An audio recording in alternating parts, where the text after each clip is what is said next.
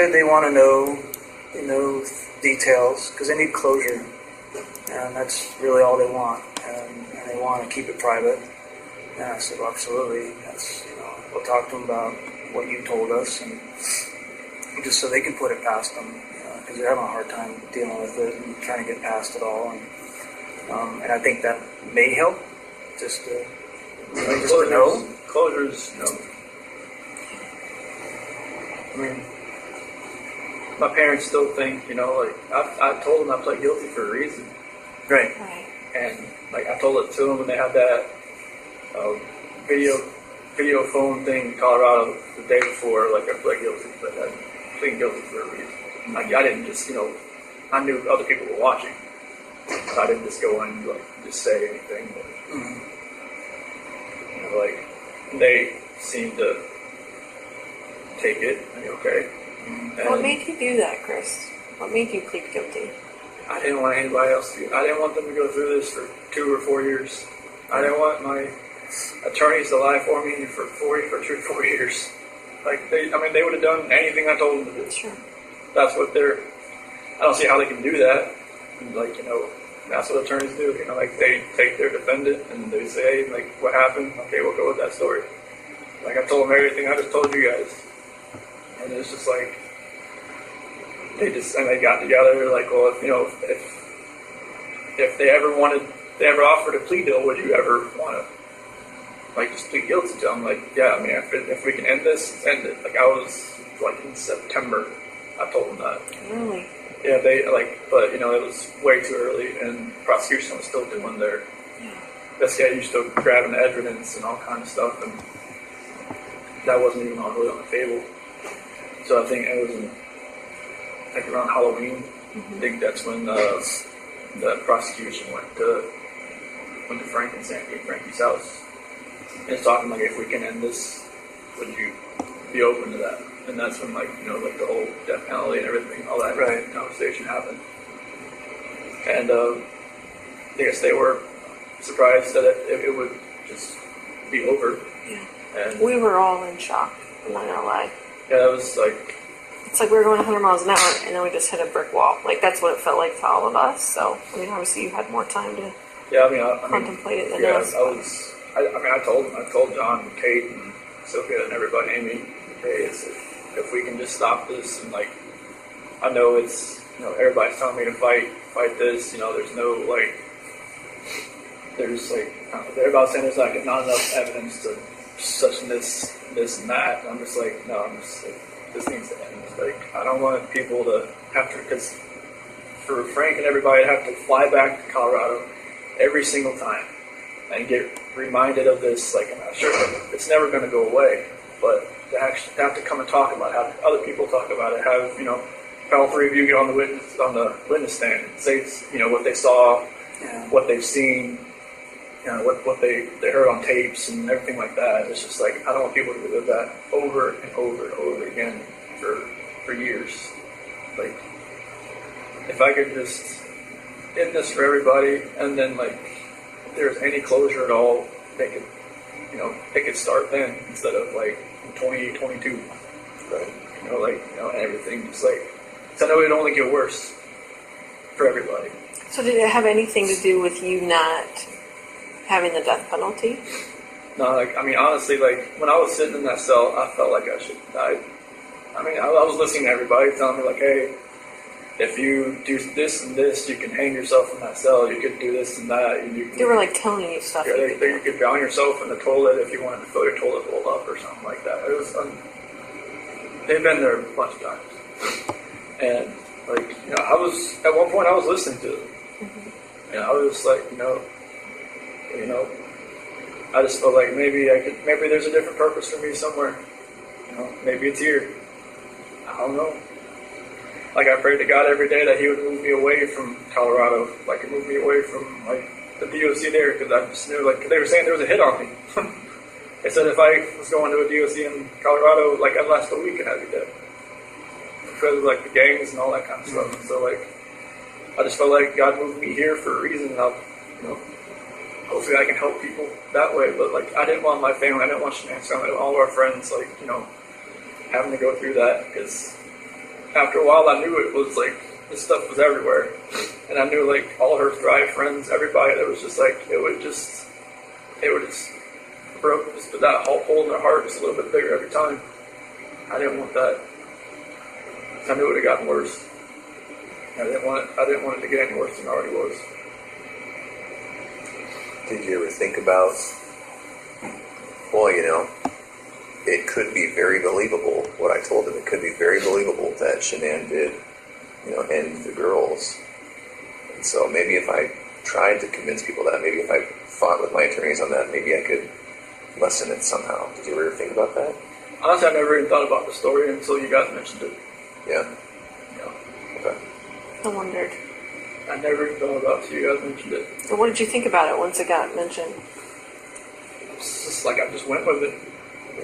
I didn't I knew my dad was out there. I knew it was like, I knew they would probably believe it because, my mom and my sister just never really liked Shanann. I knew through all this, I got letters from some of my friends that even said, when we went to your house, we could see, Shanann was more of a dominant personality and more of like, you're always helping with the kids and everything. Just, you're a great dad and everything. We could see, a couple things that I never saw or, whatnot. And even my best friend Mark even said, there's always, something, I didn't really get with Shanann. I was like, nobody ever told me any of this stuff, but okay. But yeah, I never thought about that story. And, that's what my attorneys were going with. Yeah. And then, I think it was probably the second week I told them, what had really happened.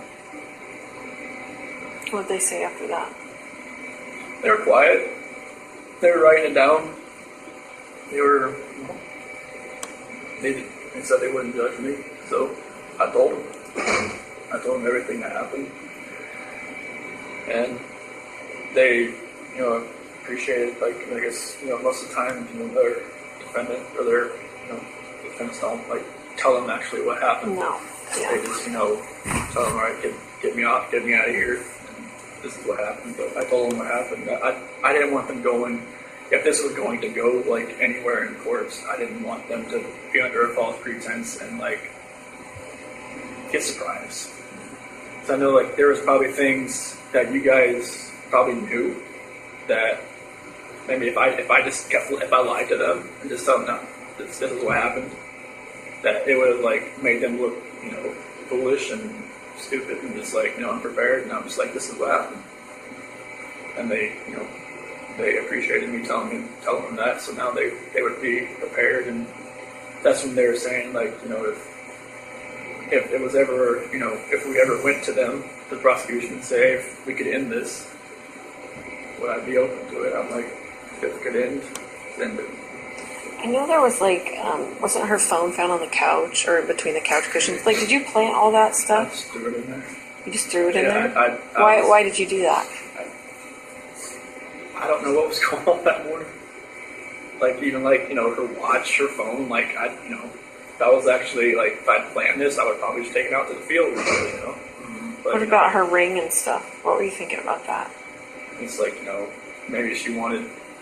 maybe she actually really wanted the divorce. Maybe she didn't want to fix it. Just put it there on the counter. She took it off? Or did you take it off? I took it off. Okay.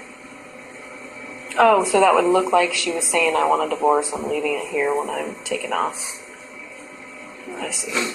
So the phone and her watch and the couch, was that morning before you left to go to service? Okay. That's, I think, Nicole's son found it or something. Yeah. What other things did you do that maybe we even missed? Tried the phone and the watch. I think I threw the therapy book she wanted me to read in the trash. I don't know. That was that morning? I think so. Were you trying to make it look like she threw it in the trash? I don't know. I just I just didn't think nothing was ever going to work again. So I didn't know what was going on. Did you go down to the basement? I had the basement door open. Yeah, the door is open, but yeah. So there was a lot of movement. I think it was around 4:26 or something. And the garage door opening, the basement door opening, and then of course the living room sensors and all. Do you remember what you were doing all during that time. Other than You had a lot of going in and out steps. the garage. I'll just say that. Okay. So like the basement, I'm not sure. I mean, the only thing I really have down there is my workout, like the bench press workout. Do you remember going down there for anything or opening that door for anything? Did you think about, well, maybe I'll take her out that way, or is it a walkout basement? No. It wasn't at your house. Okay. That's like a garden level basement. So. Okay. But no, I don't remember really. What's that? I don't think I worked out that morning. Like, were you packing your lunch in the kitchen? Like, did you Oh, have yeah. to do all that normal Yeah. stuff? Yeah. Okay. Yeah, I packed lunch and everything. Did all that. But I don't remember about the basement. Unless I just worked out that morning, I just don't remember. I don't think I did. So one of the more Unless there was a trash bag down there, that Yeah, you got trash bags from there. maybe there wasn't any in the garage, and I went down there and got one. So you normally carry a roll of trash bags in your truck? No. So there was a roll in your truck. There was? Yeah. I mean, maybe I just grabbed it and brought it with me then. That would have been kept in the basement, maybe? Or Basement or the garage. the garage. I'm sorry, what were you saying, Graham? one of the more kind of poignant or tender moments in all of this was seeing you with your dad when he came in.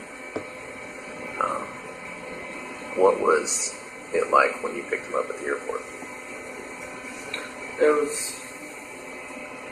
was very strange. It was kind of like I almost knew this was probably the last time I'd ever see him on the outside.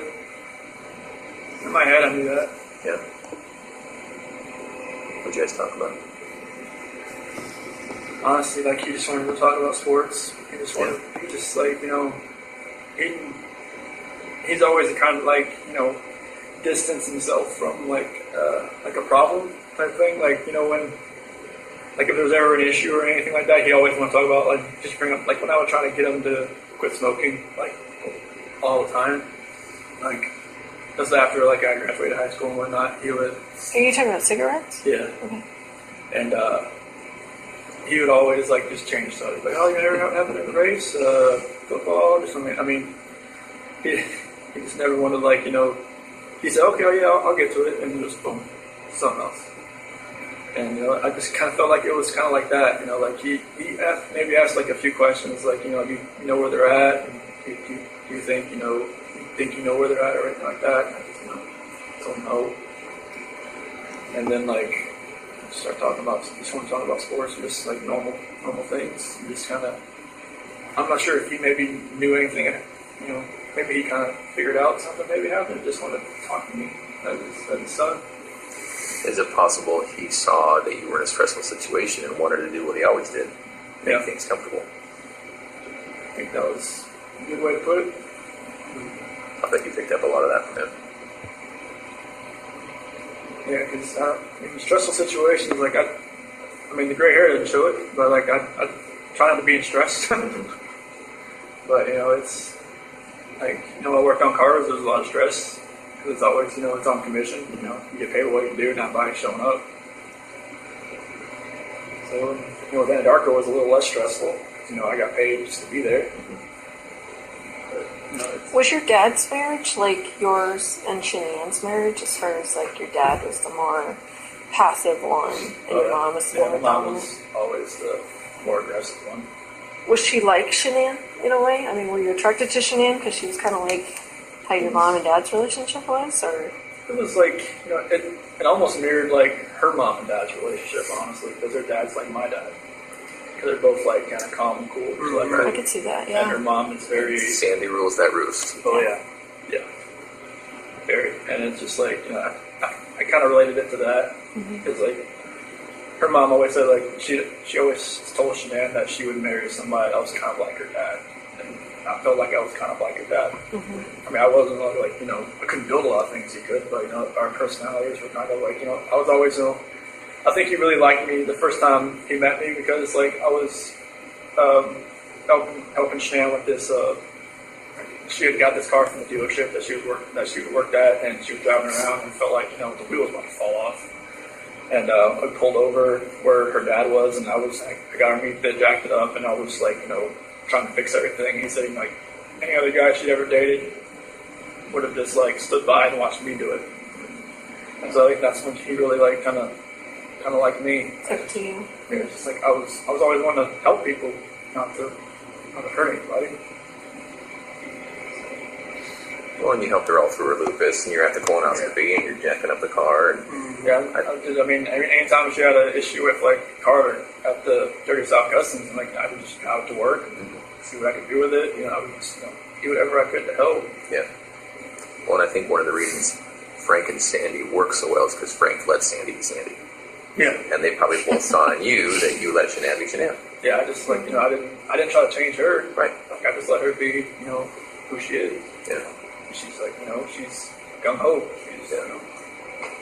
She knows what she wants. She's gonna go get it. Yeah. And I didn't say, hey, you can't do that. And that's what her first husband did. Yeah. She controlled everything. He tried to be Sandy, and it didn't work. And she turned into almost like me. She was like, she just kind of like laid back and just kind of like let him do what he was doing. But then I think she learned after that she could just be herself. And with me, she could definitely be herself. Yeah. So that's how it worked. So, do you think your dad had any inkling? Because I'm trying to remember the timing. He showed up when you were still walking around. You weren't in any trouble yet when Ronnie came in. Yeah, I had met with you the night before for like 3 or 4 hours. And then I was at Nick and Amanda's house. And I was there, and that's when I went to go pick him up.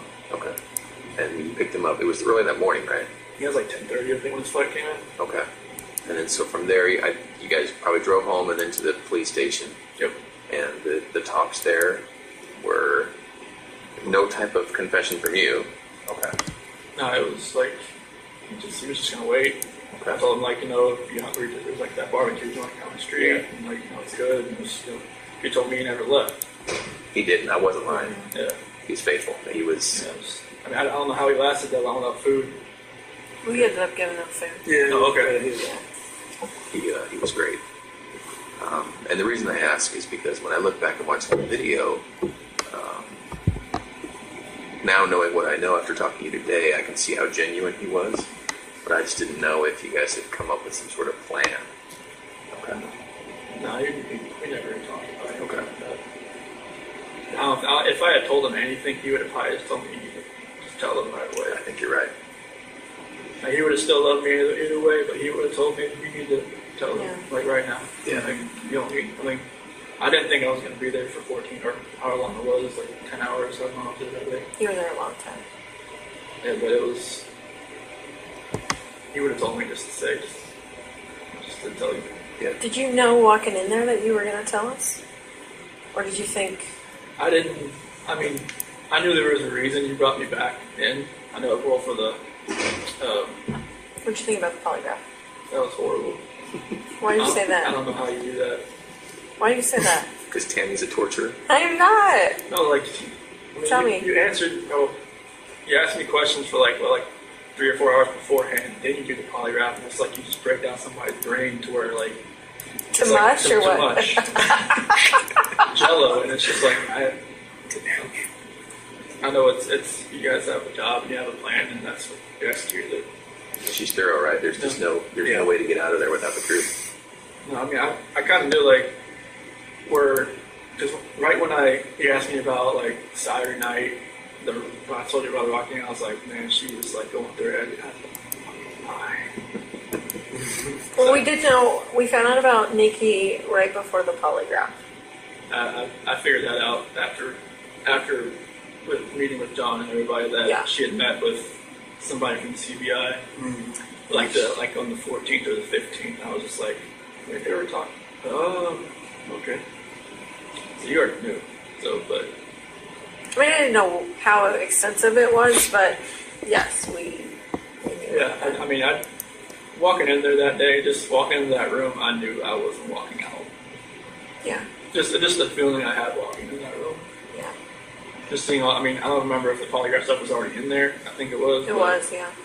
But it was, I knew it. I just feel like sometimes when people do the bad thing and they stay, like, some part of me thinks, well, I think they're here because they really want to tell us what happened. Because it's not normal that you want to keep all that in. Like, that just kills people on the inside, and I could tell it was killing me that day.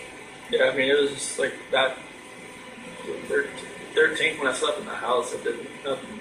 I don't think I slept maybe like 2 hours because I just finally just got so tired I just fell asleep. I had every light on. I didn't. Nothing felt right. So what were you thinking about during your media interviews? I didn't want to do it. Why did you do it? Did you feel like you had to do it? I felt like they would have just kept knocking on my door until I answered it, and like I didn't even set it up, but Nicole Atkinson set it up. She told me, "Hey, Fox." Is she the one who set it up? She said Fox is gonna be at your house at 10:30. I'm like, what? Okay. And I think I even called you about it. Like, what do you recommend that I do? And he's like, it's kind of up to you. I'm like, okay. And I called one of her friends. What should I do? And she said I probably wouldn't do it, but I just felt like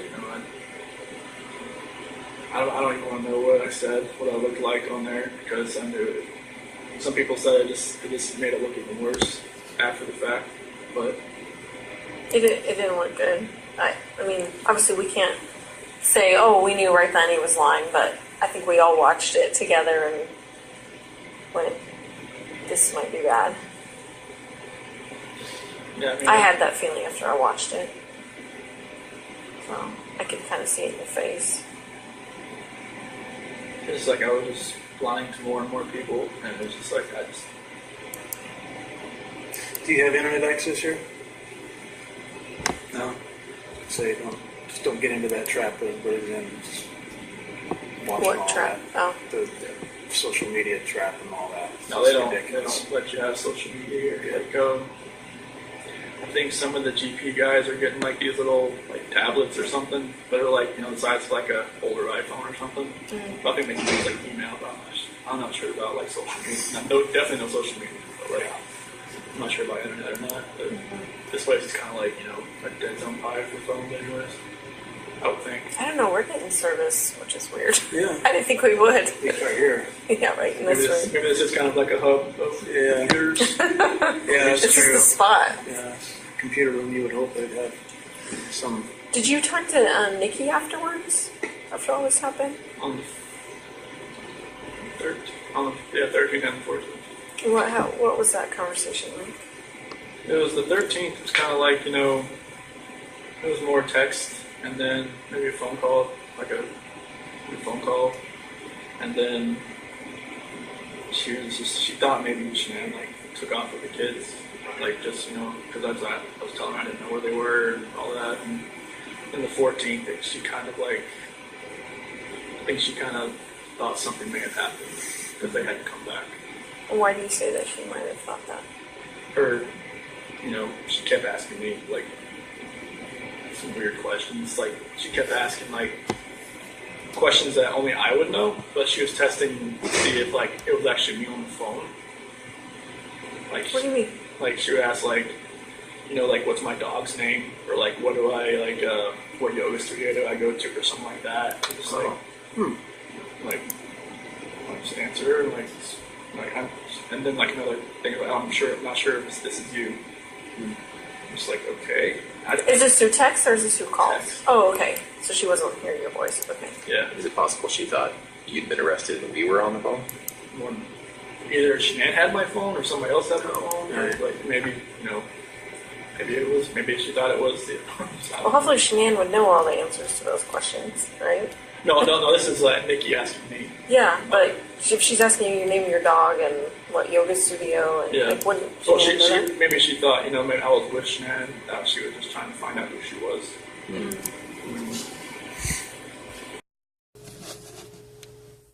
And the 14th got a little weird. I think that's when she met with CBI or something, or FBI. I'm not sure who she met with first. So she talked to you after she met with? No. Oh, That was she had told me this is the last time you'll probably hear from me. I'm going to stay at my friend Jim's place while this is all going on. She said not to contact her until this is done.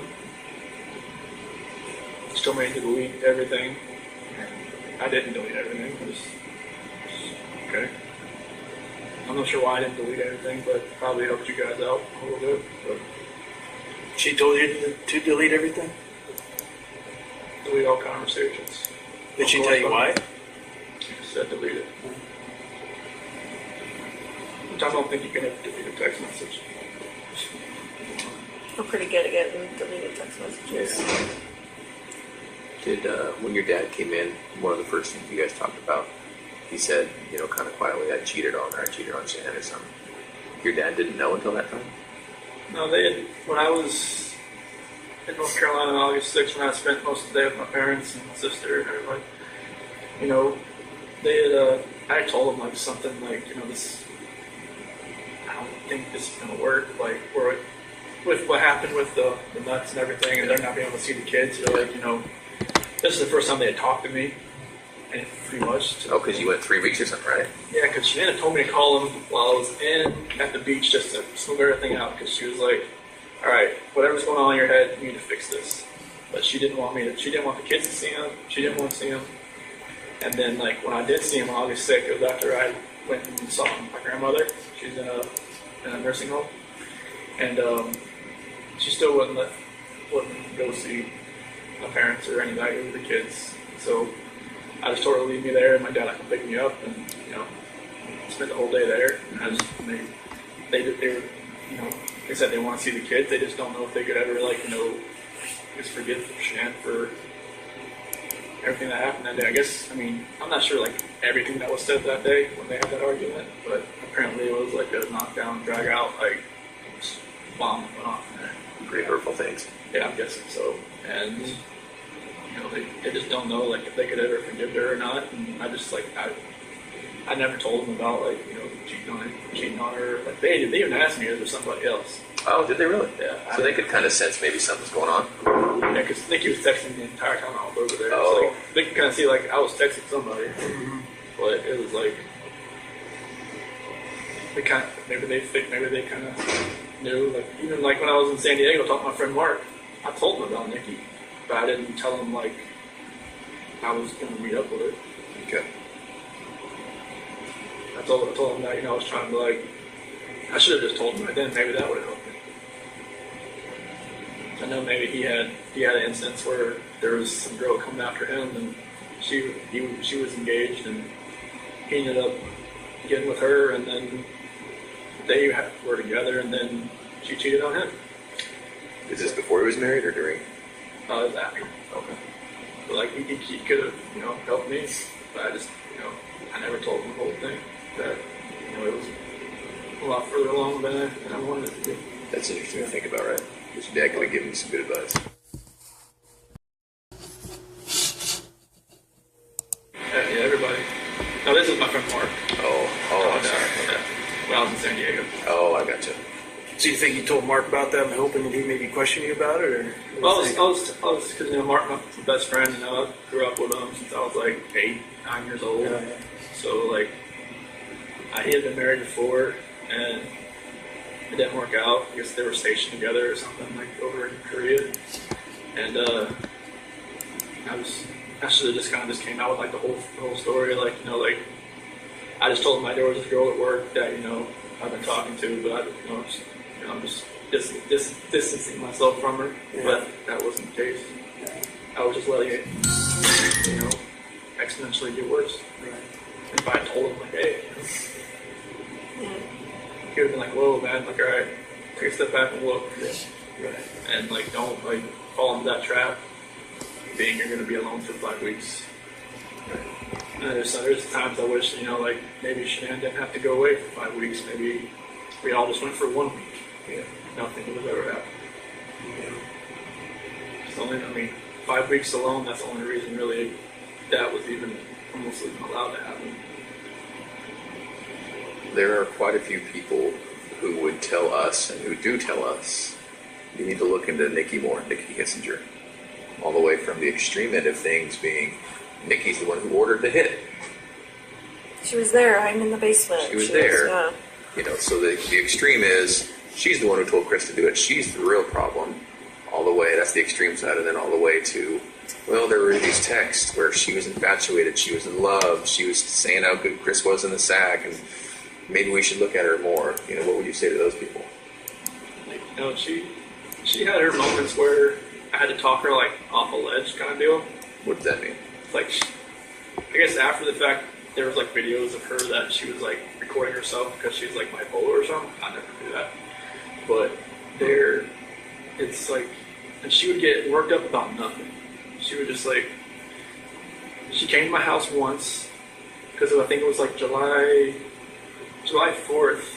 I didn't have to work that day, so I didn't like get up at like 4 o'clock and go home. Mm-hmm. And Shanann called me like 10 times in a row, and I didn't hear it because I was sleeping.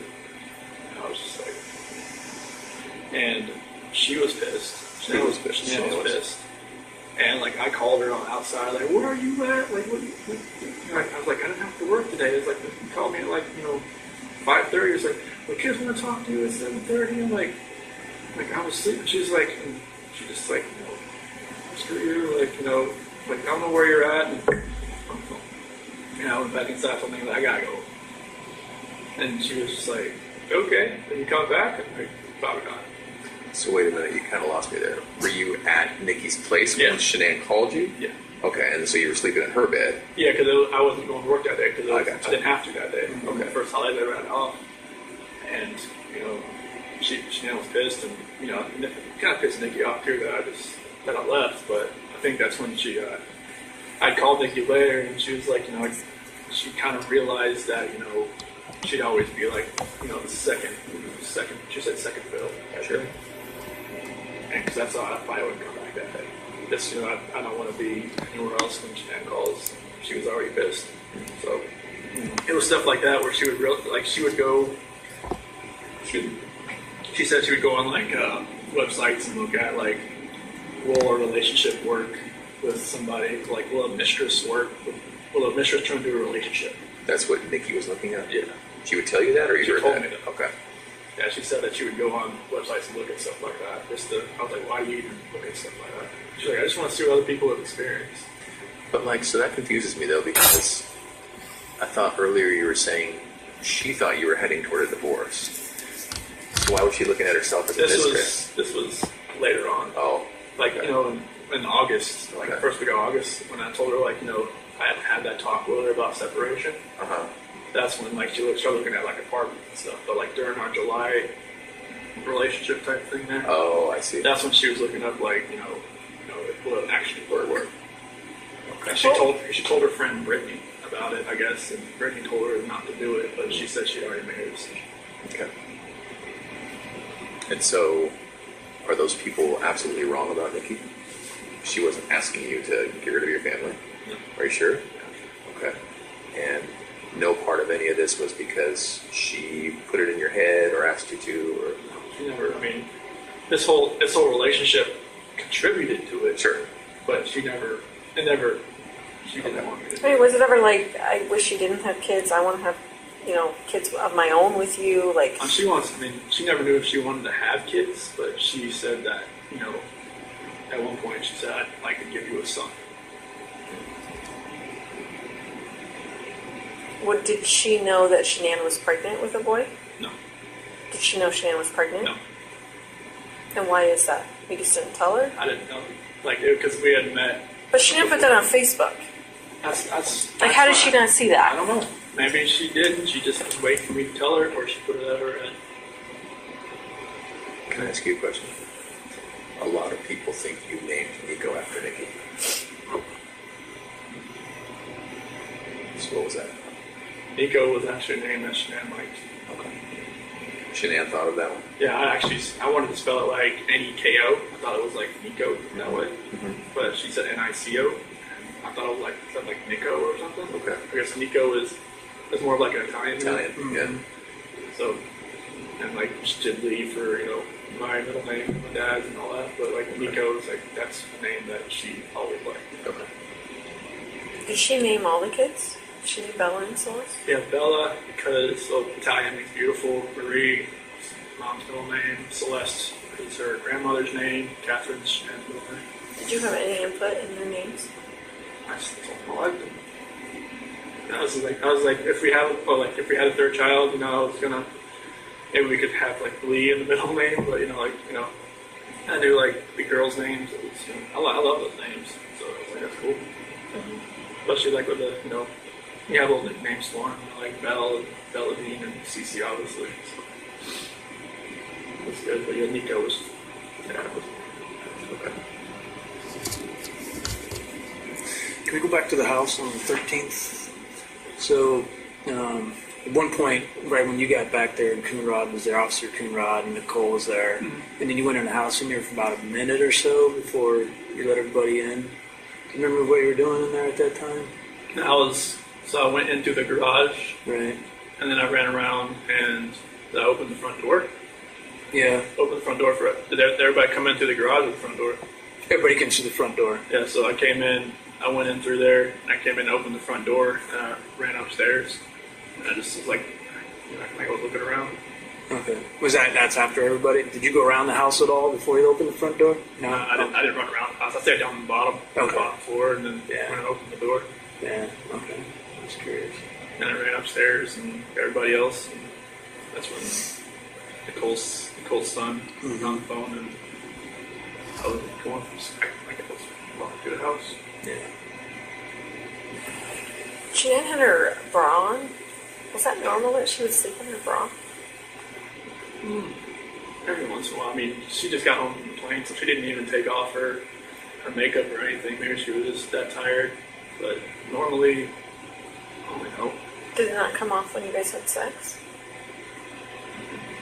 I don't think so. Sometimes she just, she keeps her shirt on and she doesn't want me to do anything. Just like, she wants what she wants. She knew what she wanted. That's what she wanted. Was it just missionary sex? Yep. And when her final resting place, was that just naturally what she was wearing? You didn't change her or anything like that? Okay.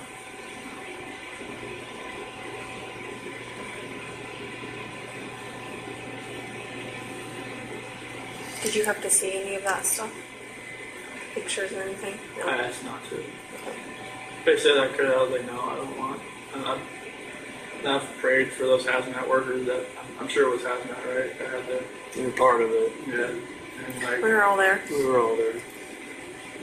I'm sorry.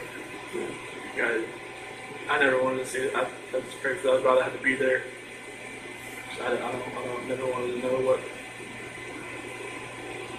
what the aftermath was. They said like if this ever got like a preliminary hearing that I would have to see him just to be prepared and not have a reaction, an initial reaction. But I was like, I don't want to see him.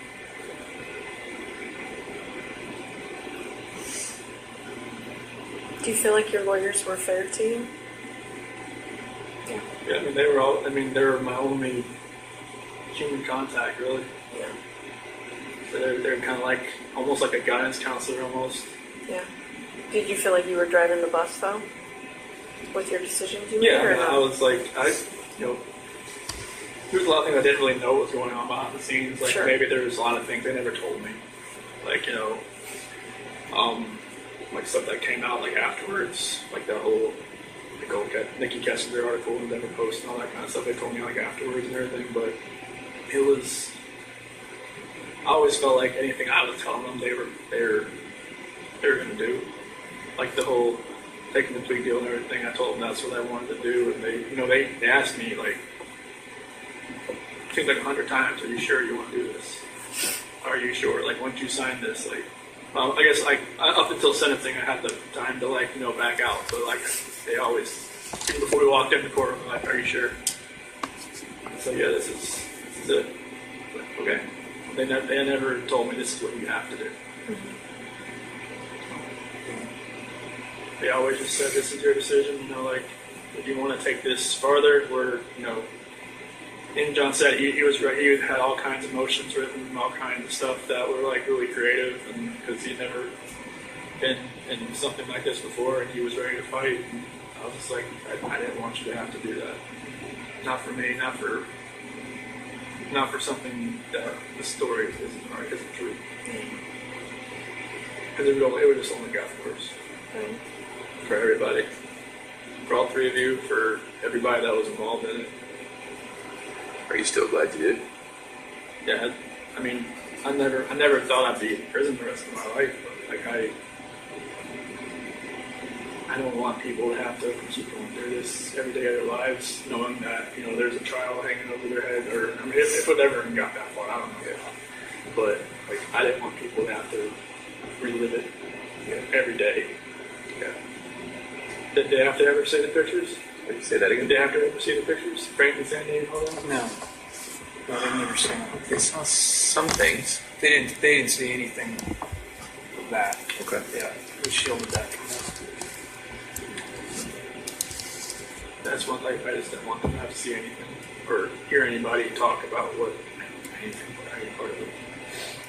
Or like, you know, anybody bashed their daughter, you know, like anybody to ruin, like, you know, to hear what, you know, some of my friends had a negative, you know, impact on her from her, or like had a description of her that didn't match, you know, something like that. I didn't want them to hear that either. Like, I didn't want them, like, you know, anybody have to trash her memory. Like, I wanted, like, them to know, like, she's, you know, she's loving life, she's beautiful, she always helped everybody else, all her friends, her Lucas friends, everybody. I just want, I didn't want anybody to take away what she did. We tried to get you to say that night. I know. But do you remember that? I remember, I just, like, I know you obviously weren't ready to say that. then. I know, it's like, you know, like after my dad left, we both came in, like, all right, we got most of the story, let's get to the true story. I'm just like, I just wanted to bang my head against the table. Well, in the end, I think you did the right thing. And even though it's hard to hear, there's a lot of people who thank you for what you did. You know, I think your whole life has been thinking of others, except for one brief moment. You know, I think you really did think of others when you made that choice. So I personally thank you, right? Because it would have been hard for the three of us to go through about this hard, and for everyone else about that hard, right? It is anybody that was family or friends, Right. Then, you know, just exponentially harder for everybody. Yeah. I think you did the right thing. So you haven't told your parents what happened. You just told them I'm pleading guilty for a reason. And I've told them, like, on the phone, even because they're still. You should fight it. You should get. And they've got letters from, like, Australia, from England. I mean, of like the 35C in Colorado and stuff, like, you know, improper counsel or something like that. Ineffective counsel. Ineffective counsel. And I mean, some of the stuff they've, they said about, you know, the dry patch, how it's not like FDA approved, how it can alter somebody's mind, like,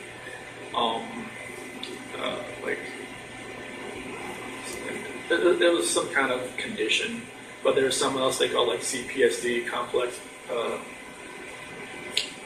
post-traumatic stress disorder, something like that. Have been like, some people from England have had it. It's like they've been in an emotionally abusive relationship and stuff like that. I mean, just like, you know, some of the little subjects they put in there, like, yeah, I can relate to it, but like it doesn't pick up to the fact what happened.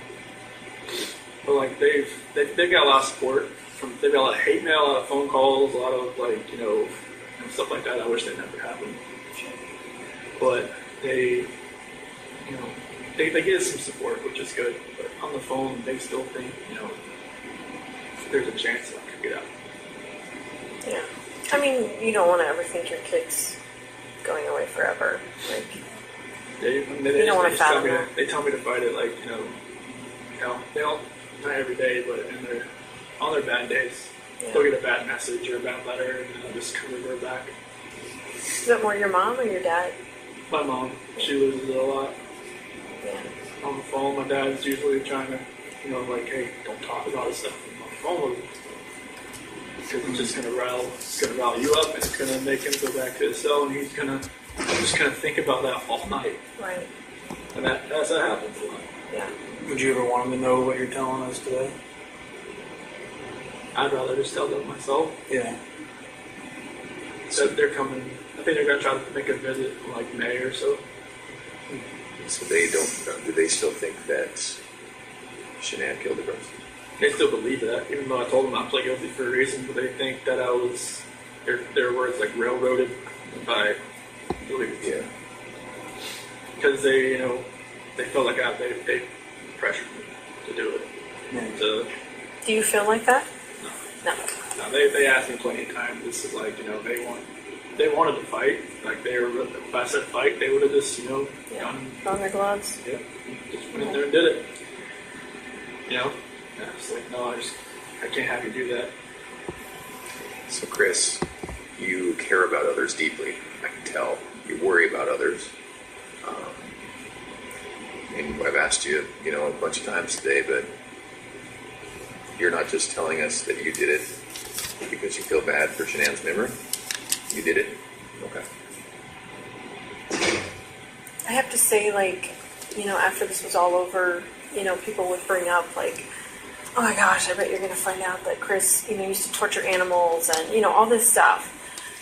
You can imagine, hearing that someone's capable of that, what have they done in their past, those kinds of things. Can you think back to your past at all, like your childhood, and think about any other moments that maybe you felt this same rage? I mean, obviously you didn't do anything like that, but maybe felt that rage and Not really. I mean, I was always somebody that tried to coax people down, not to if somebody wanted to fight somebody else. I think I got in a fight when I was in third grade, but it was we ripped each other's shirt and we went crying. It was stupid. I was why did I do that? And maybe that was my only bad thing I did in school. So I can't think of did you feel it on the inside, whether you didn't act it out? Did you feel like if someone bullied you at school or if someone whatever, would it still be inside you? Did you feel like that even though you didn't actually act on it?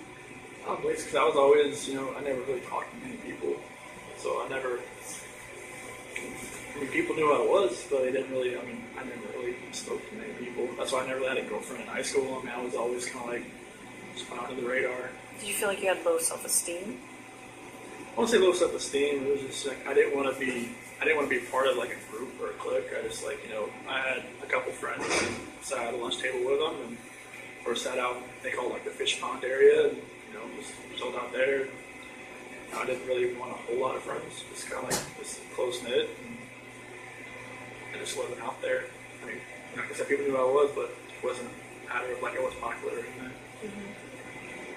Can you attribute that to anything in your childhood? Why you were like my that? sister was always the popular one. Uh-huh. She was more like my mom, more outgoing. And me and my grandma would always sit outside in middle school waiting for her to come out and pick her up, and she'd always be the last one out. She'd talk to everybody home. And my grandma would always where's she at? Just let she know we're waiting. But I was just the opposite of her. I was sometimes you have kids that are the same, and some of you have opposite. Me and my sister could be opposite. Maybe I just drew on that I didn't want to be the popular one. I wanted to be just a regular guy. So there was not really bullying or I remember nobody ever really came up to me or wanted to fight me or. Never got made fun of. Never. I had braces and I had a bowl cut for a while. I guess it could have made a bit fun. I think most kids did. The 80s and 90s were cool. Yeah, it's have a Jim Carrey cut with a bowl on your head. Just wave them around. But yeah, I don't think there was anything that would be pent up inside me From childhood. childhood. I know you talked about your dad having an addiction when I was talking to you. That was after I left. Left home. Was it cocaine or something? Or It was something like powder. I'm not sure. I guess Okay. it was cocaine. I guess how do you think that affected you? I don't think it affected me. Well, it did affect me, but it didn't take deep down. It didn't really hurt as much as I thought it would. It was kind of weird because I think it was my mom and my sister told me when they had talked to him about it, it didn't seem to register. Like I said, he would change subject, and when I talked about it, he eventually immediately changed subject. Because they found cuts on his CDs and stuff where he would separate it and stuff like that. Because he car dealership. You find guys that do that kind of stuff all the time, I guess. But he was just coping with I never came back home, and because before I met Shanann, and it was just. Did you feel guilty that he's now using drugs because he never came back home, he lost his kid? I never really knew why he was doing it. after the fact because it was coping with that. But I never knew why he really actually turned to drugs. My mom thought he was having an affair because all this money was going somewhere else just for the drugs. But like I'm not myself, I never used drugs, so I always try to tell him like, hey, like what's going on? Like why do you need to use this? And just like you could using this for a whole lot better things. You know, just don't throw your life away. I mean, like because you could see in his face, like you know, it's like eyes like everything was getting like you know like the drugs through your face. Like your skin was getting all loose and like he was losing a lot of weight. His nose was bleeding all the time and stuff like that. And I was telling him like, hey, you know, you smoked like every day of your life since you were like 15 or 16. And like, you know, I can't get you to stop that, but I can get you to stop this. Right. And he put it away, I guess, pretty quick after I talked to him about it. You think you were closer to your dad than your mom? Yeah. Yeah, we always went to races together, and just, you know, he always came to my sports, played a couple school sports, rec ball, all that kind of stuff, you know. Yeah. My mom would come too sometimes, but my dad was always there. Always there. Yeah. Even if I wasn't playing, he'd just come there just in case. I can't win him there. Aww. So, that's cool. Yeah. Well, I wondered if they hadn't visited because they weren't ready to visit, or if it was a money thing, or you know, like Visit getting here the or- time off. Oh, no. Yeah, you like Visit here? yeah, visit here. Well, I just told him, like, well, we can't drive in the snow, so it's Oh. like, you know, I don't want... It's These just- roads are bad. Yeah, it's, I think it's like an hour from either Madison Airport, whichever Yep. way it is. I told him, like, wait till springtime. Good advice.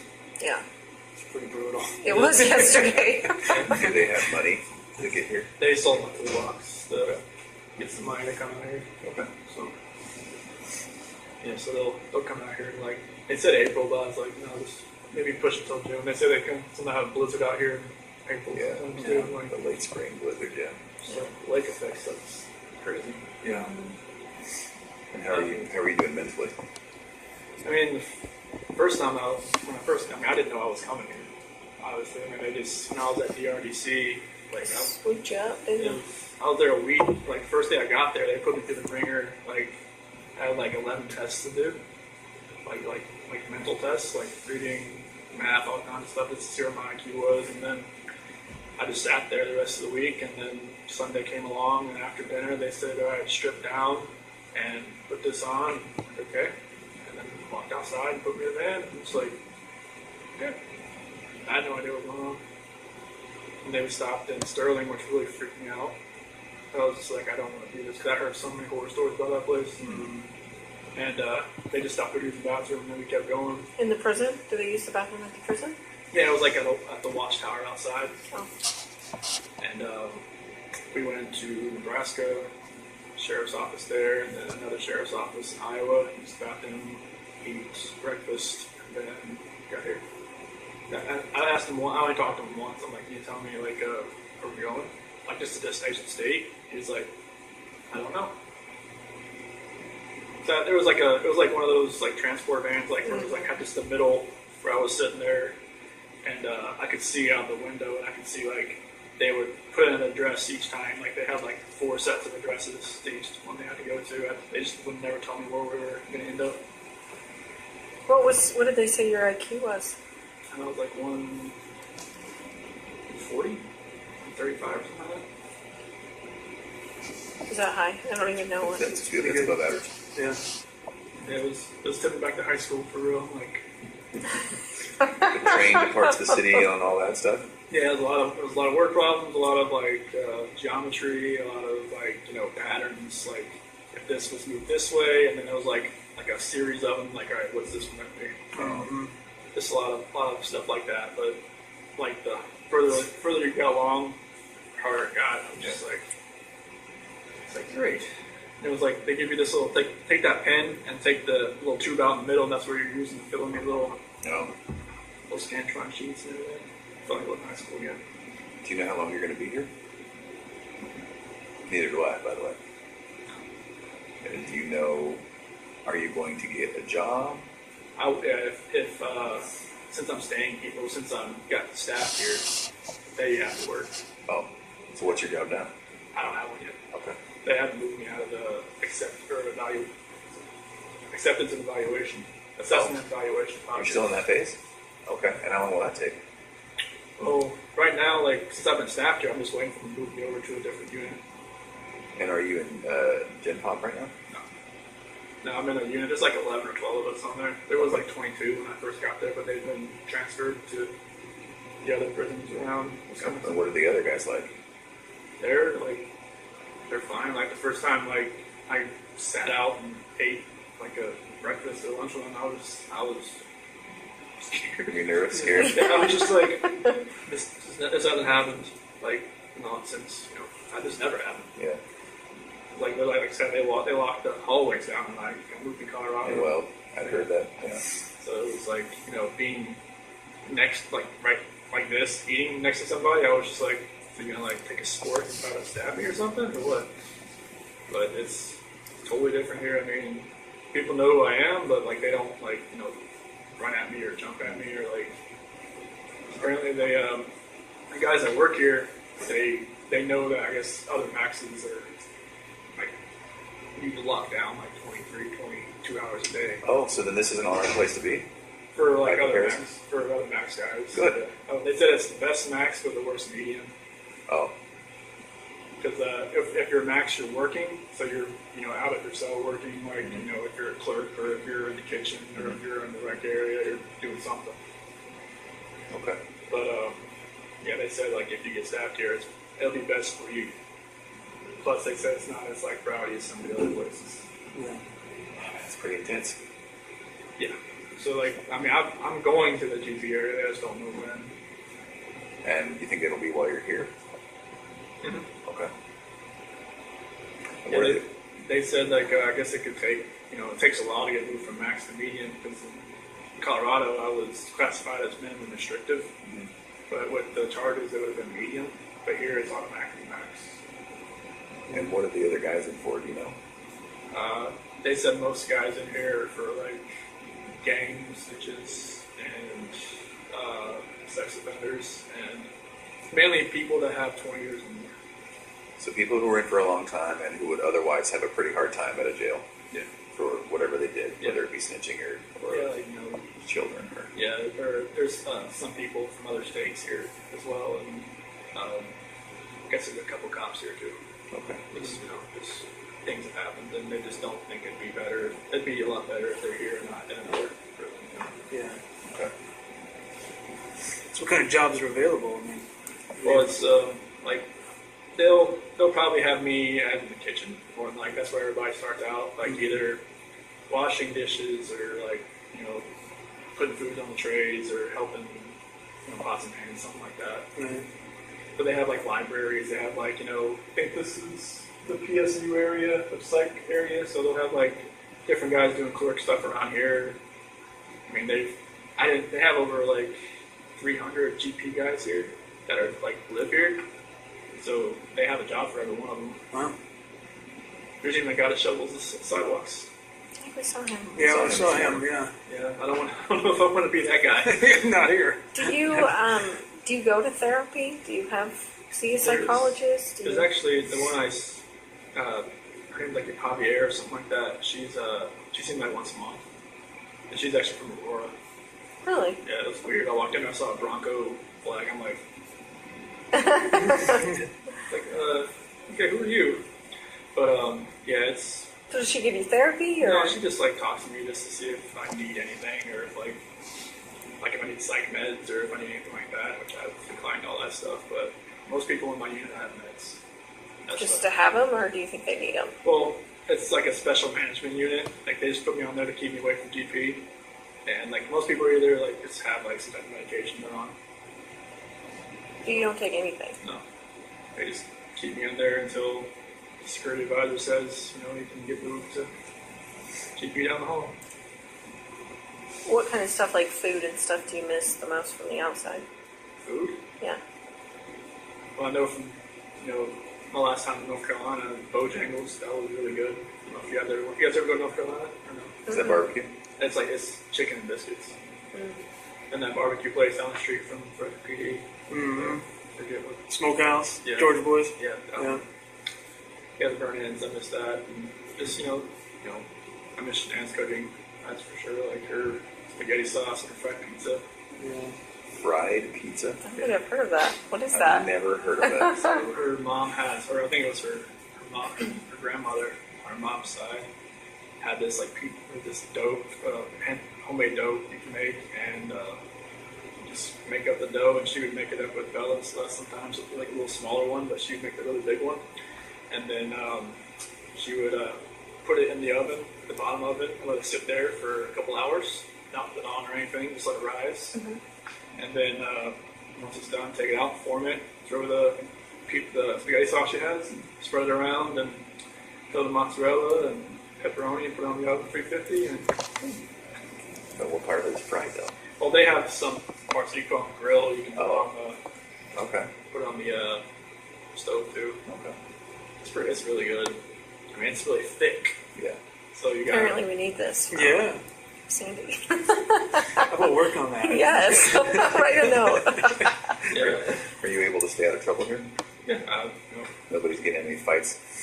You're not getting written up for anything. You're not getting. I try to keep a low profile here, so I don't want to. Because they say if you get like 2 contact reports, they'll ship you out if you work here. To another location. Yeah. Oh, so then does that incentivize people keeping their nose down? Yeah. Okay. Yeah, because I guess a couple guys got busted for having a cell phone. Oh, How many guys did? No kidding. Yeah. Like that stuff just baffles my mind. How that stuff gets to.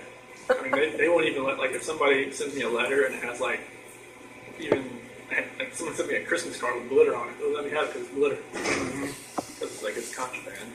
So, like, yeah, I don't know how people get cell phones and stuff. So what do you do with all these letters that are coming into you? Most of them, like, I just have, like, this. If somebody writes me once, I'll never write them. Just because I don't know, like, who they are, like, where they're from. I'll keep it. If it's like a weird letter, I'll just try not to throw it away. If it's like a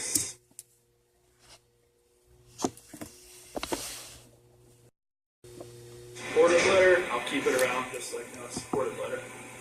And then like I've had some people like write me like a second and third time, but they've changed the way they talk, or like they've said different things. Like there's like this dude in like California that wrote me. He's a senior in high school, and wrote. He's like, okay, dude. I'll look up the name. Like, okay, shred it up, threw it away. He wrote me again like 2 weeks ago. Totally different. Like, never mentioned like his age. Never mentioned his study. Like, hey, like I support you. I'm like all this, like that. Like, if I didn't recognize his name, I would have known like he was just an 18-year-old kid, senior, trying to just like probably just get information. Trying to, because there's been like journalists and like other people like you can kind of tell like they ask a lot of questions. But I tried to like take into effect who's writing me and like just not to respond. Like I've responded to a few people just because like either my parents have talked to them on the outside, and then I kind of know, okay, it's a real person. Oh. But like there's some people that like it seems like they're just trying like to get help for themselves too. Like some people ask like like just for spiritual advice. They're asking for spiritual advice from you. Yeah, like, if they're not asking about the case, I'll write them back. If they ask about the case, I don't write them back. Yeah. You think you'll be in love again? There's a lot of women out there that are in love with you. No. I don't think that's going to happen. I'm not the guy that's down the street or whatever it is. I've heard enough about that guy. Still in here. What have you heard about him? He got engaged over a letter. He did, yeah. That's pretty insane. But yeah, I don't see myself getting in love ever again. Do you have some ladies that are giving you a lot of, like, just telling you that they're in love with you and that kind of stuff? Well, I've had a couple letters that have been like, I hear you get a lot of letters from lady friends that tell you all you need to know. And I'm like, I don't get those letters. Trust me. Like I guess there was one letter in Colorado, someone sent me a picture of them in a bikini, and then it's like went on from there. That was like the only letter I ever got. That was like that. But the press took it and just went with it. Yeah.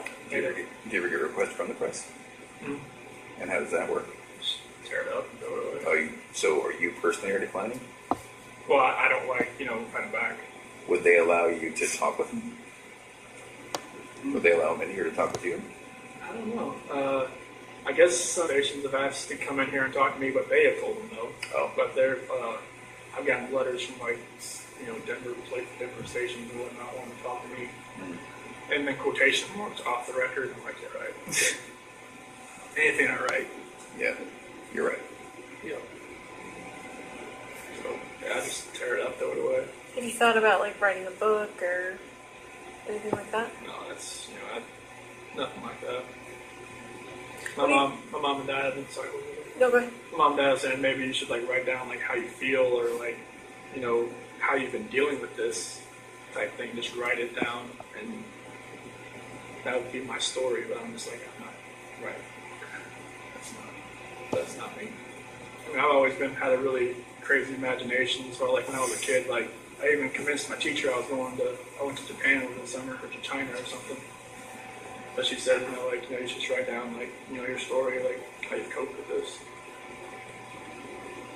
Why did you convince your teacher you had gone to another country? It was just what you did over the summer, and I was like, oh, China. And she started writing.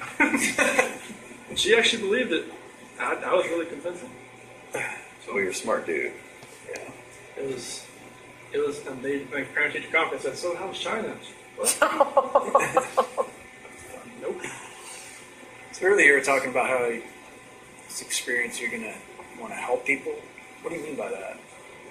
So this couple letters that I've gotten, this one girl, she's in an abusive relationship and she just can't find a relationship with God. And I never read the Bible before all this. In Will County I read it because Right.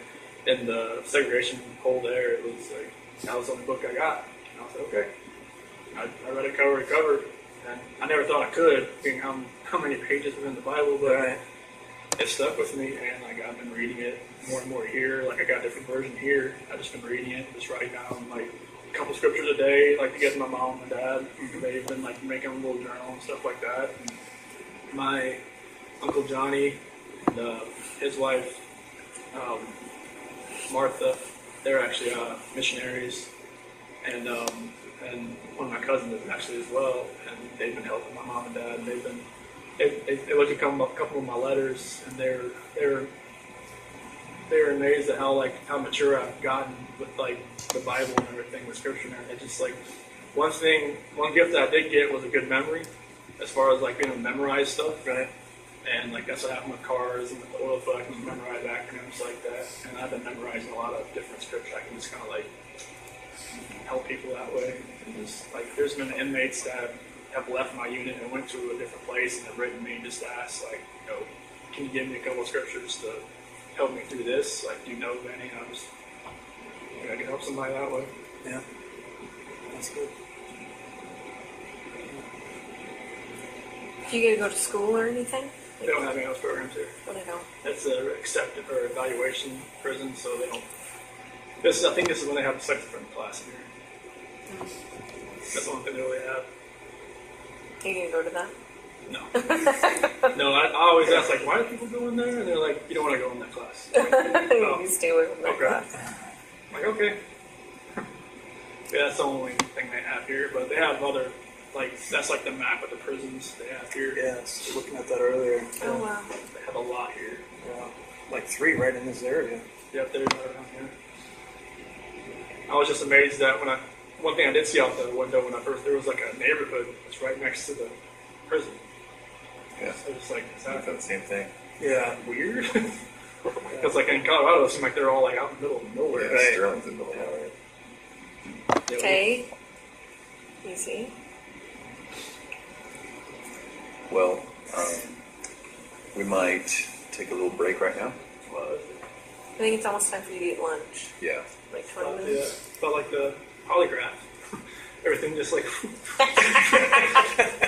look up the time. I'm like, oh wow. It's been 4 hours. Holy cow. They might let us come back and talk to you. Okay. There might be a couple more things we want to go over. Is that something you're up for? What's up? Okay. And then the other thing is, we might be back in a month and a year and 2 years, if you're up for it. Now that's way down the road, but I guess maybe in the back of your mind, just think about that. And I hope so far today's been all right for you. Yeah, it's been. Honestly, when I walked in, I was just like, wait, I know these Where do I people. know these guys? I looked at you, I'm like that's not the site counselor. That's, oh my gosh. Okay. Yeah. They're Colorado people. Because on the past that A&E sergeant, I was like, all right, who am I meeting? I think, oh, it's not the A&E sergeant. Yeah. So there's a possibility we might not make it back today. I just want to let you know, but we might. So we really appreciate you talking to us. Thanks for coming. Yeah.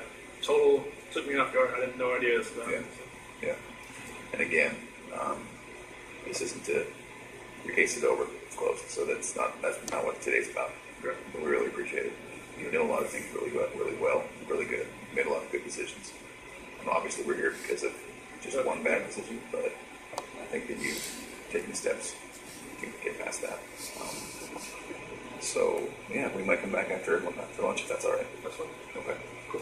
I'm gonna go see if I can grab somebody.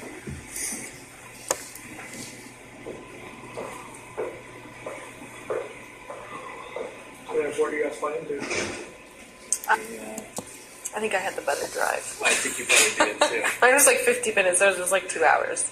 Yeah, It was snowing. snow, It's pretty nasty Lake out there. effect. Yeah, the wind's blowing. Not like wind like Colorado then? It's a hell of a lot colder. Yeah. Well, and yeah, the roads aren't getting cleared like they would get cleared in Colorado. I think they just have so much. Yeah, you it know, just that- comes in and just dumps. Yeah. Colorado, it just melts within a couple hours Right. here. Just, honestly, I haven't seen it melt here since I've got Well, that's here. the thing. Everyone's Yeah, houses are piles. just piled, you know, like, oh, it's the next snow, and they just pile it on top. So it doesn't look like anything melts. No. Which is the problem. So. Yeah. Okay.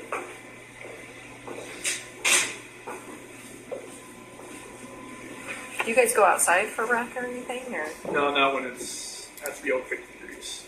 Oh, so you won't be out for a while. No, they have like a rec, like a little basketball court down the hall from where my unit is, so we get there about 5 days a week for like 40 minutes. Nice. So it's a good chance to just get out and just run around a little bit, just stretch our legs a little bit. Yeah. Any weights or anything you can use? Yeah, there's some weights in there. We go with another unit, and they're it's the infirmary unit that goes with us, and most of them are like in wheelchairs and whatnot. So kind of like I just let them do. I don't want to get in the way. Just like let them like they have like the pull downs and the Right. lats and all that kind of road machine and stuff like that. So it's pretty cool. Yeah. Yeah, but I think they have like a track or something out there you can run around. Yeah. Once we go outside. Colorado, they let you go outside. Like, I never went outside, but like at the DRDC, they just said, "Do you want to go outside? Let you go outside. That's cold." No thanks. Buyer beware. And it's like, "What, you want to wreck today?" You're like, "No." No, it's like 30 degrees outside. You can go outside if you want. It's like, okay.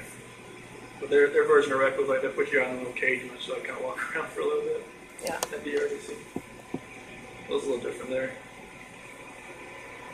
If we don't want to come back, I just want to let you know I talked to your dad the other day, Okay. and just to get your property released to him. Oh, the phone and stuff? Yeah, your Okay. phone and what else? Wallet. Your wallet. Okay. Yeah, and we have some other things too. So, but I have to wait for the DA to release all that stuff, and then Okay. it's red tape crap. So, Gotcha. but then we'll send it off to him. Okay, awesome. Thank you. Yeah, Yeah, I know he wanted my phone just to Yeah. a lot of pictures on it. that's what he said. I think I had that phone since like 2016, so there's a good amount on there. Yeah. If we don't make it back today, it's going to be because of some of their scheduling. It's not that we don't want to talk to you some more. It's fine. There's more things we can talk about. Okay. But if we don't make it back, that's why. Okay. Yeah, it's a holiday, so I figured they'd be pretty much open. Yeah. Yeah. So I didn't see many people walking through the hallways when we came down here. Usually there's a ton. Of visitors or what? No, just a ton of people, just like workers walking up and down. Seem Oh, I pretty see. sparse. Yeah, it did seem sparse, didn't it? That was one thing I always talked about when I walked around here. I was always used to seeing everybody in handcuffs walking around hallways. Here, That is interesting, right? I thought the same thing. I couldn't tell who was who. yeah, it's like You can't necessarily you tell. see the red tag, it's like an inmate, but it's somebody else. Somebody else there. Oh, or like someone that's like actual civilian World War II. So then you're not in shackles and handcuffs that often? I haven't been since I got here. You're kidding. That's why I was amazed. I was like, when the guy took me in the hallway, I was like, anything? No, just keep walking. Yeah. That's my psychologist was saying. This isn't max when you first got here. Like, no, it's just like max or something. They just like, if you want to act up, they'll You want put to you. abuse it, you'll learn those shackles back. Oh yeah, they'll put you in handcuffs, take you to the hole, Yeah. Yeah. and then they'll ship you out of here. They have a solitary here? Oh yeah, they'll strap you out to a bed. Oh, yeah. Yeah. Jeez. You can't move. Yeah. A reminder. Yeah. Behave, right? Yeah, it's like don't Not that you don't, need it, Don't but- pass food. Don't pass anything that's not yours. Otherwise, you're gonna. Do you get to buy like commissary and stuff? It's different here. It's like a bubble sheet. Instead of like Colorado was like a little touch screen you do. Uh-huh. But here's like a little Scantron. You send it off to like Missouri, and it's the same company, but it just takes longer. So that's the end of part one. I did that in a couple of videos of the audio of the confession, and I will put part two up shortly. I'm sure you've heard them before, but I haven't put the audio up. I've made some videos of it. So let's have a discussion and your thoughts. And there are some pointers that I'm going to discuss in a moment, just to refresh and so you can have a discussion about it, because he just contradicts himself. And then I feel like sometimes he's just coming up with a story. But when he backtracks, he's forgotten what he's said. So I'm sure we have all noticed that he is a liar. And I don't think we can believe everything he says. I know some things that we believe, but we kind of like, okay then, we don't know whether to believe it or not. And he does say that he would never lie. He's a joke. But anyway, we're getting to know this guy quite a bit. He does tell half-truths. We know that it's half true. It's like I really do feel that what he does say did happen, but not in the order he says it happened. Not in the order, but I feel like it's happened in the past, and he's just reflecting on it. That's his story. I mean, he already said the story about how they all passed on. It's because Tammy, Lee came up with the idea and he ran with it. But what was his story going to be? He said he didn't have a story. He didn't have a story. He just thought that sounded really good. That could have really happened. That really could have happened. But of course, he was lying about that. But was he lying about that? See, this is the thing. He makes us all question our sanity. He makes us question what we believe to be true. He's confusing us all. We don't know what to believe, what comes out of his mouth. I think, he says he doesn't lie, he wasn't a liar. But really, he was a liar. He was a liar. He's been a liar for a long time. I don't know when he started being a liar, but it's been months. Because remember the first time months ago, he said to his mother he was getting divorced. They're separated, and that was a long time ago. And then suddenly she's pregnant. And the mother says, well, how did that happen? I thought you were getting divorced. You know, so he's told this story months and months before the passing of his family, which he did. He was the one that did it. So when did he start lying? A long time ago. So guys, I hope you enjoyed this part 1 of the audio. It's part 1 of 2. So this is part 2 of part 1. Did I get confused?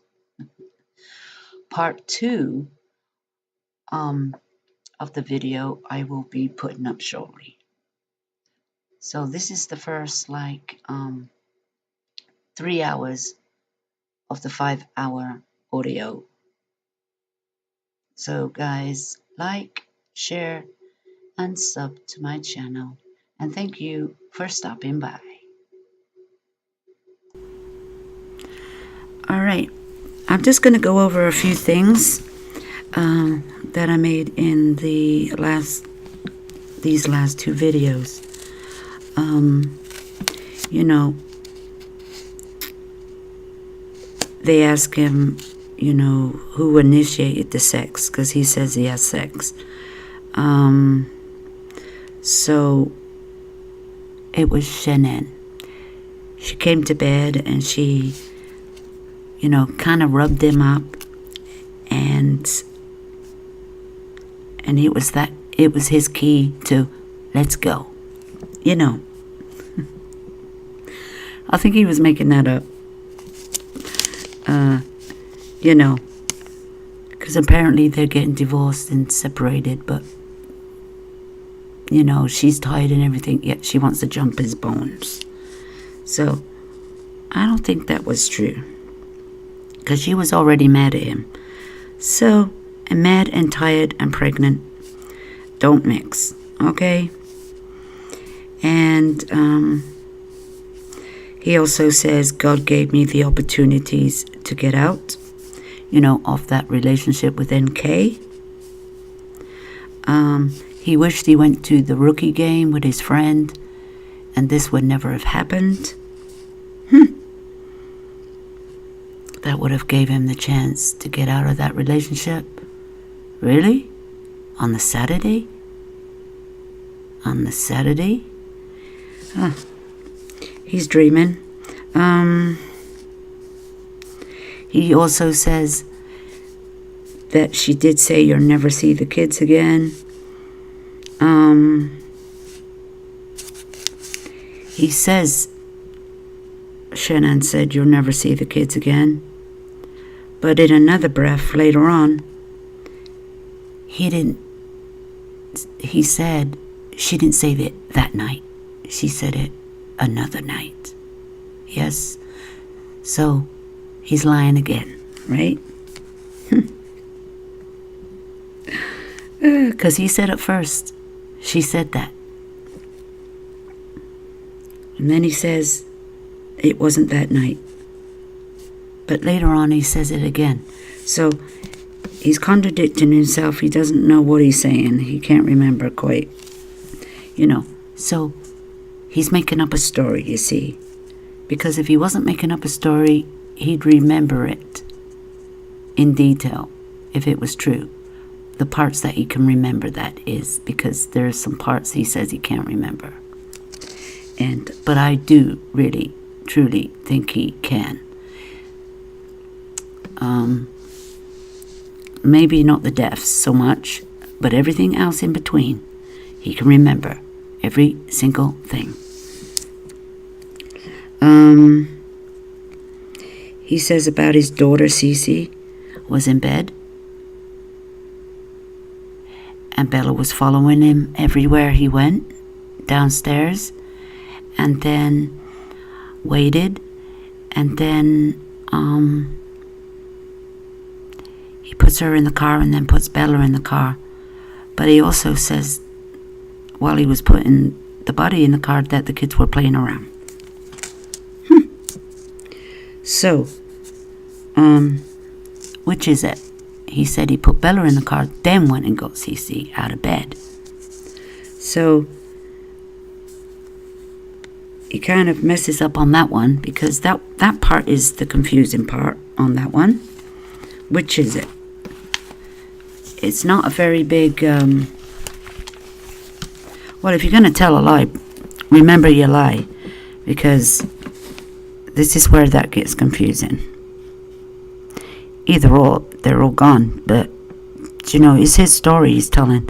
He wants us to believe it, while we don't. And then August the 6th was the first time he said that he spoke to his father after the North Carolina trip, because apparently his dad took off the whole week while he was coming in town, and apparently they didn't get really to see each other. They're supposed to be going to the beach, and Chris says they ended up spending their whole time at the beach. I don't know if he meant him or his dad. Well, anyway, that's what he says. So that's what he says about that. And then he goes on to the ice cream, the allergic reactions, and all that and the other. And he goes on to say that Cece has eaten other foods before and got a rash, but her throat never closed up. But she's had rashes before from eating food, and that's about all that's ever happened to her. So what was she allergic to then? Kiwi and some other stuff. Well, we'd like to know what exactly is she allergic to. But anyway, he just says that. That's all he says about that. And then,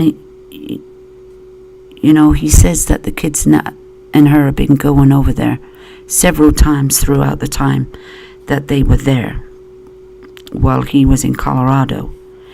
But it was on this particular day that these things happened, and the mother just went to the freezer or whatever because the nephew was there and just got ice cream, and maybe forgot about the allergies. And then sometimes kids have to learn they can't always have what they want. It doesn't matter if you ain't got allergies or if you got allergies. You know, some parents and some people believe in, like, you can't always get what you want. And it's a hard lesson to learn, but you just give them something else instead, which he did, a popsicle.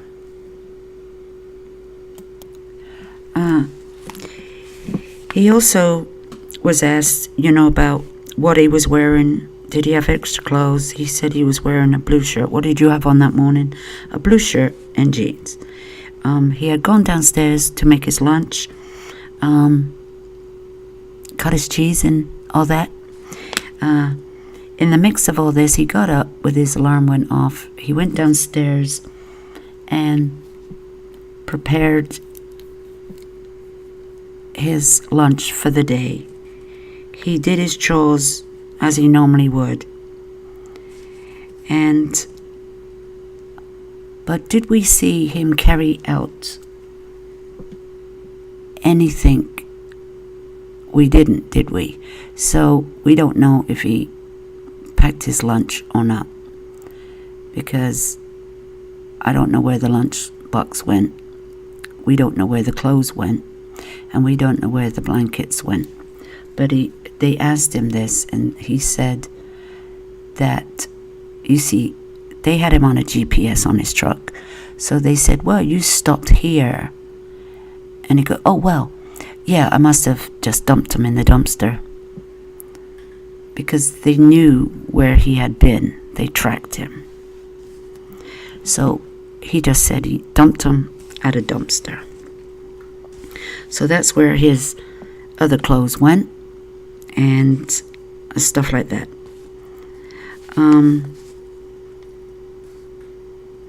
He says he did wake up Shanann that morning, and apparently she was going to be leaving Colorado altogether because she couldn't live there. But in one of his statements he made, don't ask me where it is, didn't they talk about Brighton? Shanann did. Did she text her friend and say something about moving to Brighton? Because also Chris mentioned that to NK about moving to Brighton. Now this was all said before the 13th that morning. So the statements he made were kind of true, but he's making out that both of them have never mentioned the word Brighton before.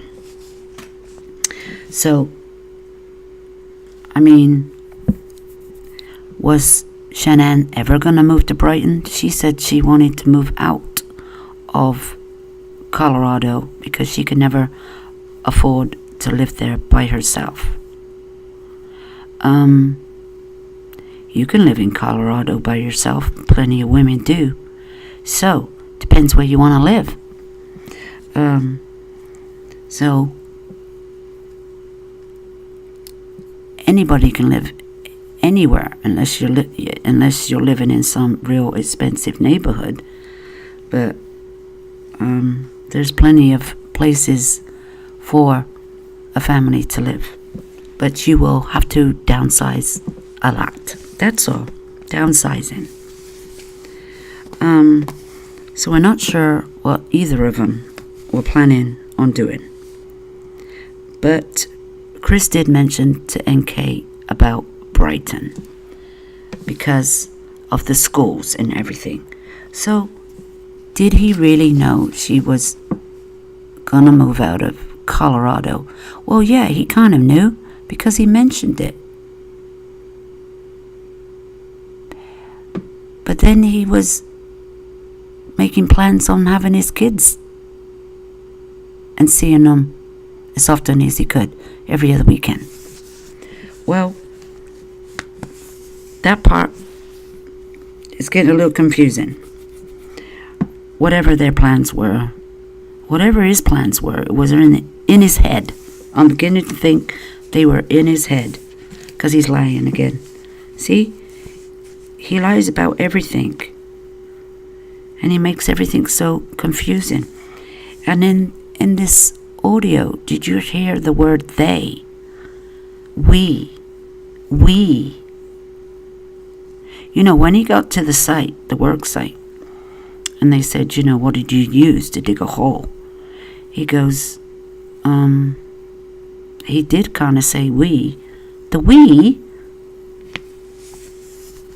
used we and they.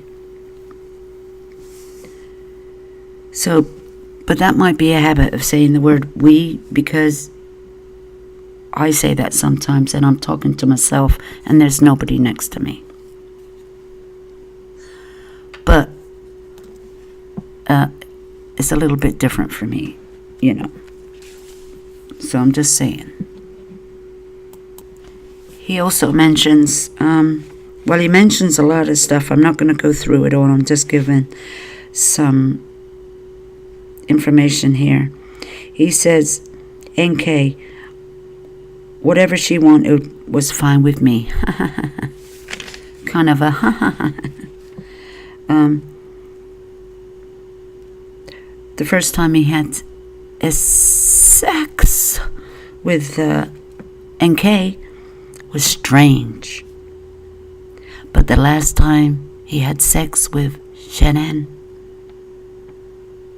was weird. How about that? Was weird. Okay, yeah, it probably was weird, because you're supposed to be getting separated, divorced, and moving out, and you didn't have no feelings with her, and you fell out of love, and you wasn't interested in her that way. So yeah, it was strange. because you didn't have to, and which you probably never did. They talk about trigger points because, Tammy Lee talks about a trigger point. He goes, oh yeah, it was a trigger point.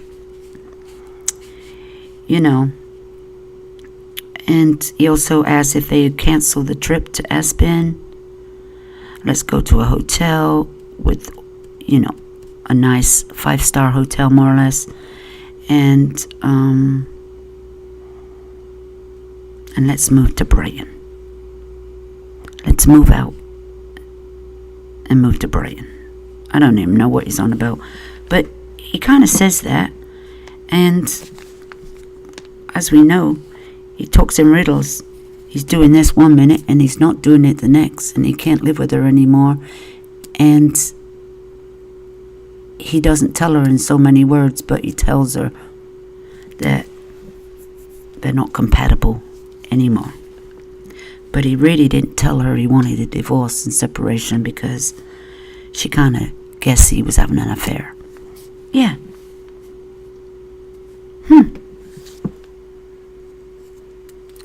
Because he said so. But Shannon does say that to her friend. They talk about, Shannon talks about their sex life, when she's getting it, when she's not. She talks a lot to her friends, her Thrive friends from Facebook, from the team, which she became friends with. Yet she tells them all about her problems and how much sex she gets. Okay, which is true. It's just a statement I'm making because she did. And she does say she thinks her and her friends think, do you think he's messing around? He's got another woman? No, he hasn't got no game. So, did Shannon think he was having an affair or not? Because she says he's got no game. He's pretty boring. He's been married too long. This man never had game in the first place. I think she had to teach him everything he knows. You know what I mean? Because he obviously didn't know nothing about women. Because he says he has never dated nobody in high school. And then he had 1 or 2 dates. But the woman was divorced or was getting divorced. One of them was. And that didn't work out. And so he doesn't have too much experience with women. So he followed the lead. And she taught him a lot of stuff because it's obvious that she did.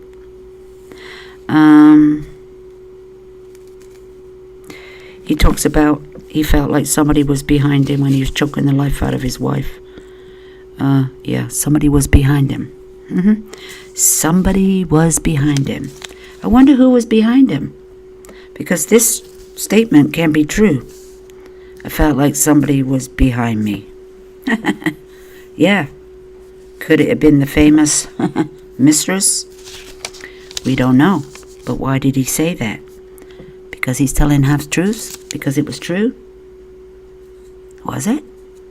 Well, we can all speculate on that one. Anyway, he doesn't know why he did it. And he doesn't know how long it took him. But they do say to him, if you get somebody holding a chokehold, you can make them pass out right away. And this is why she never struggled.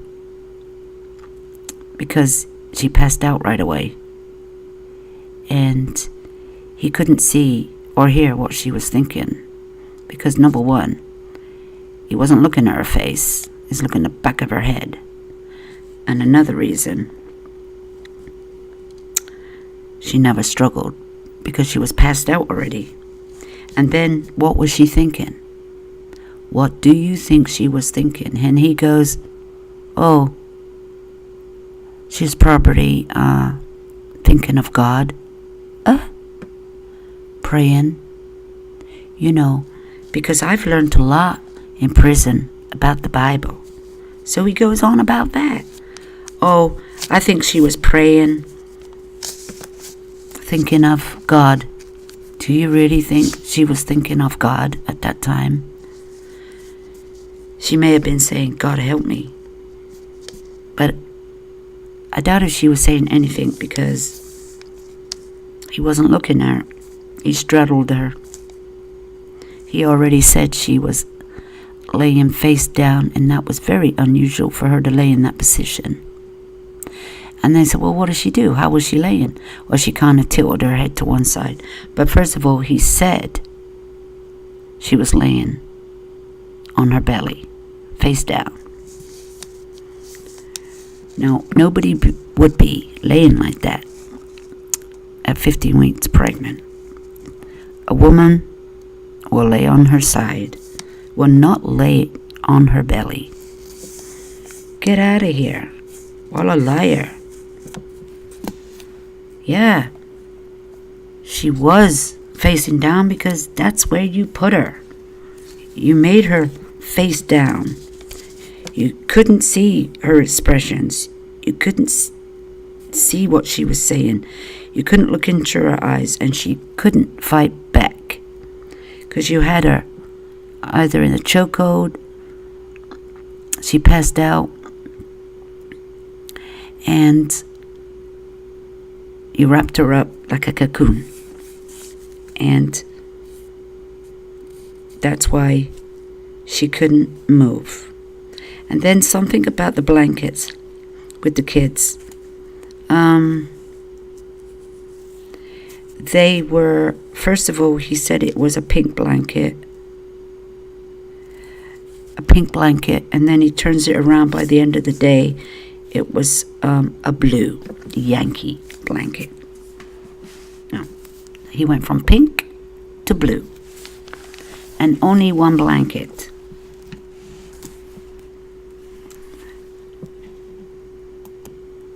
Also says NK would video herself because she was bipolar.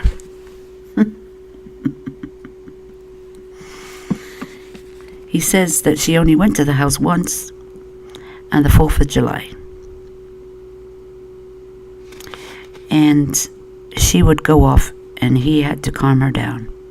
She went off that day because, on July the 4th, because he said he had to go home. Because, you know, the wifey was calling him. And she went off on him. But this was only July the 4th. How could she go off on him so badly? And be so controlling? And they only been dating for a few days. End of June, beginning of July. Don't you think that's only days? And they've only been talking the rest of the time? Nah, that don't. No relationship should be that crazy in the first week. No way. And if it was, that was time to get the hell out. Because you can see where that was going. Anyway, that's what he says. And I guess NK will remember that different. So, you know, he talks about a little bit about NK, about her friend, you know, the male one, Gim, from Wisconsin. You see, he asks about boyfriends and relationships, and you know, the Tammy Lee and the FBI and Frederick. They asked him a few questions around this relationship, and it's funny how they asked if he was going to move in with her, and he goes, no, not really, because that would be too soon, wouldn't it? You know. And then NK says, no, maybe, but, you know, I don't even know if I really like him. That's what she said. I don't even know if I really like him. It'd take time, at least 6 months. But, you know, we can visit each other, and I can see him when on the weekends when he don't have his kid. You know, she's kind of said that in one of her audio tapes, her interviews. And that Chris says that she's had boyfriends before, but only seen them 1 or 2 times a week. But with me, I was with her all the time. You know, that was okay. We saw each other, and I stayed over there the whole month of July. So, I said, what about JIM? He's got a key to her house, you know that? He didn't know that. He has a key and he can come and go to her house when he wants. So, But she's never had a boyfriend stay at her house more than 1 or 2 times a week, because that was just fine with her. Maybe that's part's true, but I never heard that come out of her mouth. And I did hear one time came out of her mouth, why do I always end up with married men? Because she goes about her life like she's never messed around with a married man before, because this is why she was looking up on her computer about, will a mistress marry the man? Will the mistress last in a relationship and stuff like that? Now, she's been in these kind of relationships before, so I don't know why she'd be looking it up.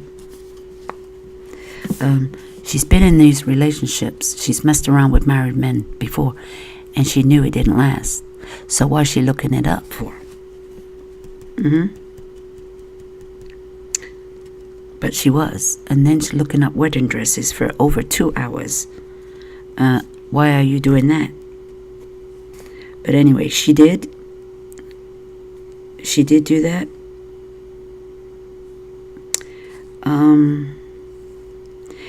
And Chris was asked about the trial, and he said the reason why he didn't want a trial was because he didn't want to put anybody through listening to weeks of evidence and him having to look at pictures and listen to it also. And he's thinking about his friends, what they think about him. He didn't think about what did you do to your family. He was just thinking of himself. And how nice of him to think of his family and not his wife and children, but his family and friends, what they will think about him. He was so worried about that. He kept on saying how sorry he was for his friends to hear about what he has done. But, you know, I never hear him apologize about murdering his children and wife and doing what he did to them. He's never apologized for it. He just turns it around on himself and feels sorry for himself. But he's never apologized to anyone. Not apology whatsoever.